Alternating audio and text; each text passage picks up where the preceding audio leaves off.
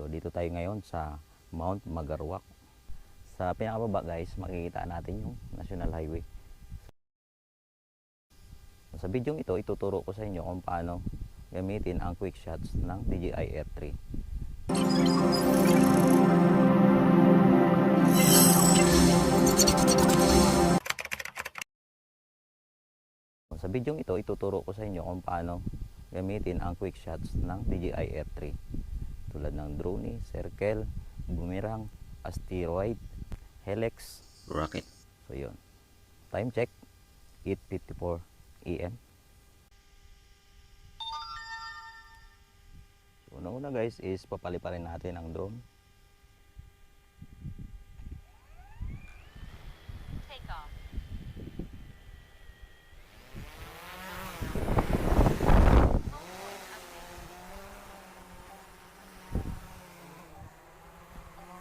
Yan.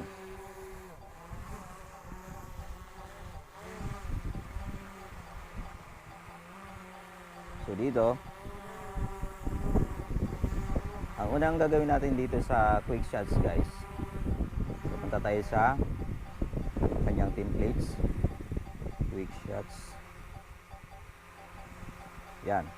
Dito sa quick shots, may makikita tayo, nandito yung kanyang templates is unang-una yung drone, rocket, circle, helix, boomerang, asteroid ang panglas. So skip lang natin to guys. Tapos dito sa drone, magdo-draw tayo ng box. So ang subject natin is tayo na lang ang magiging subject natin. Yan. Do-draw lang tayo ng box. Tapos isi-set natin ang ating distance. 50 meters, 70 meters. So dito na lang tayo sa may 70 meters. 70 meters. Stop lang natin to. And then, touch lang natin ang start. At magka-count siya ng 1, 2 hanggang 3. Tapos, ang drone ay ang camera o yung gimbal ng ating drone ay nakaharap sa atin. Tapos ang drone ay aatras. So, aatras siya papalayo. At kukunin niya yung distance na 70 meters. So pag nakuha niya na yung 70 meters guys, ang drone ay babalik sa atin. Or mag-home point siya. Or magre-return to home ang ating drone.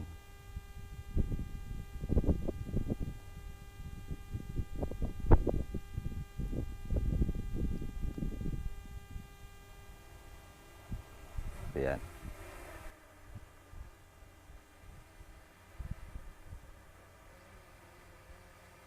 Ayan. So, natapos na natin ang drone ni guys. Next is rocket. So, dito sa rocket guys, ang drone ay tataas. Tapos, ang kanyang camera o yung gimbal nitong drone is tututok sa atin. Sa ating taas. So, next lang natin. Tapos, magmamark tayo ng box dito. Maglalagay tayo ng box sa subject. Magiging subject natin is tayo. Tapos, iset natin ang altitude nito. So, dito lang tayo sa 70 meters guys. And then, i-touch natin ang start. 3, 2, 1. Yan. Tataas ang drone sa atin. Dito sa ating taas. And then yung kanyang gimbal o yung camera ay nakatutok mismo sa atin. So, paibaba. Kapag na-meet niya na ang 80 Ang meters, drone ay mag-return to home.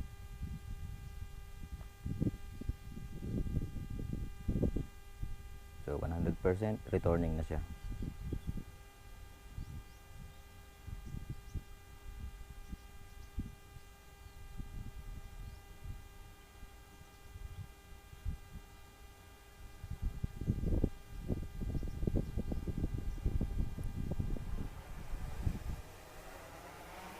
Yun. Ang sumunod na gagawin natin guys is yung circle. So next lang natin to guys. So yan ay example niya lang. Sa circle guys, so dapat hindi tatamaan itong kahoy. So medyo taas-taasan natin ng konti at i-atras natin ng konti. Yan. Yan, okay na siguro yan. Tapos dito sa circle, tapos ibaba natin yung kanyang gimbal. Nang sa ganun naka-center tayo. Okay, gagawa tayo ng box. So ang subject na magiging subject natin ay tayo. Ako mismo ang magiging subject niya. Tapos clockwise ba ang takbo natin or counterclockwise? So gagawin natin is dito na lang tayo sa counterclockwise. So counterclockwise siya ay iikot. Magsisimula ng iikot niya is sa kanan. 2, 1.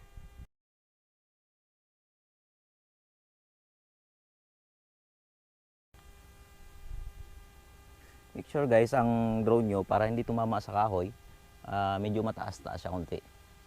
Kasi iikot siya eh. So tingnan nyo rin, baka kasi sumabit.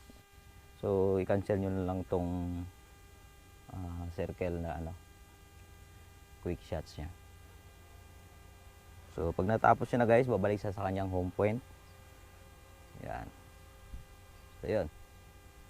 The next template is helix. So yan. Skip lang natin to. Then magdo-draw tayo ng box dito sa subject, and then pipili tayo kung ano. So ito na lang din. Counterclockwise. Radius is dito tayo sa 70 meters. Tapos itatap natin itong start guys.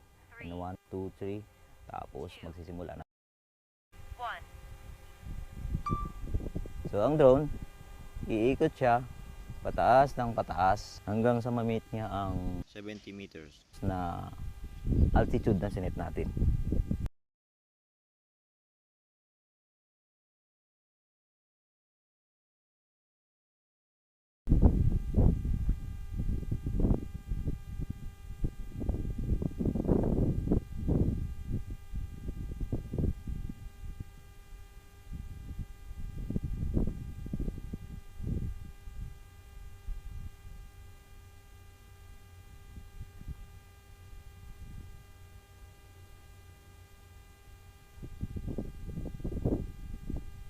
So pag natapos niya na,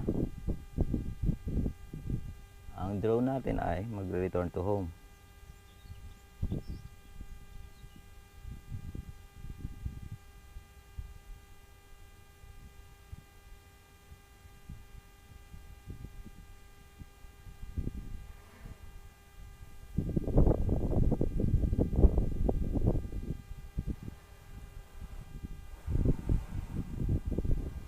So ang next natin guys is yung boomerang.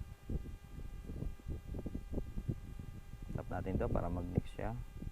Tapos magawa tayo ng box. Then counterclockwise din. Touch nyo yung start. 2, 1.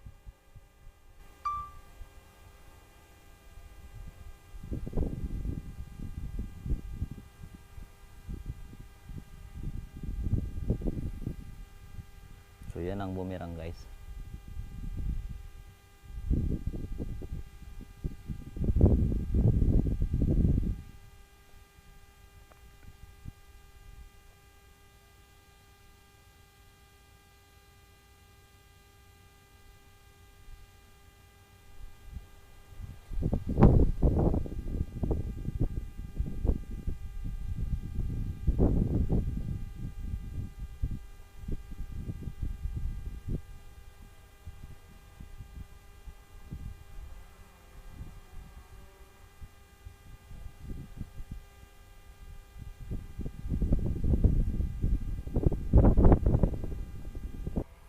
Yung pang last guys is yung asteroid. Touch lang natin itong asteroids, and then skip natin. Tapos magdodraw tayo ng box dito guys, and then touch na natin ang start. 2, 1. Ang drone ay so gagawa ng tiny planet. So, tataas siya.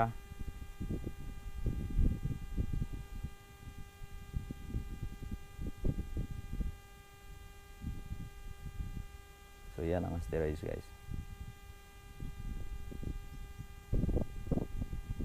Yan, baba, taas, baba.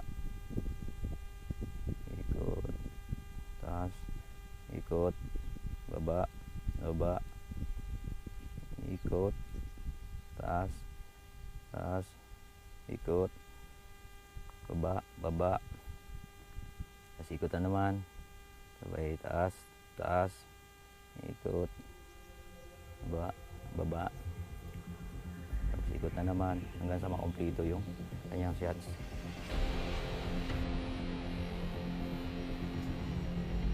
At ito ang naging resulta ng asteroid. Nakabuo siya ng tiny planet.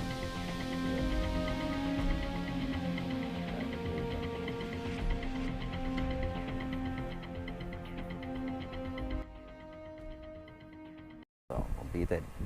So, yun guys, hanggang dito na lang ang ating video. Sana may natutunan kayo sa araw na to.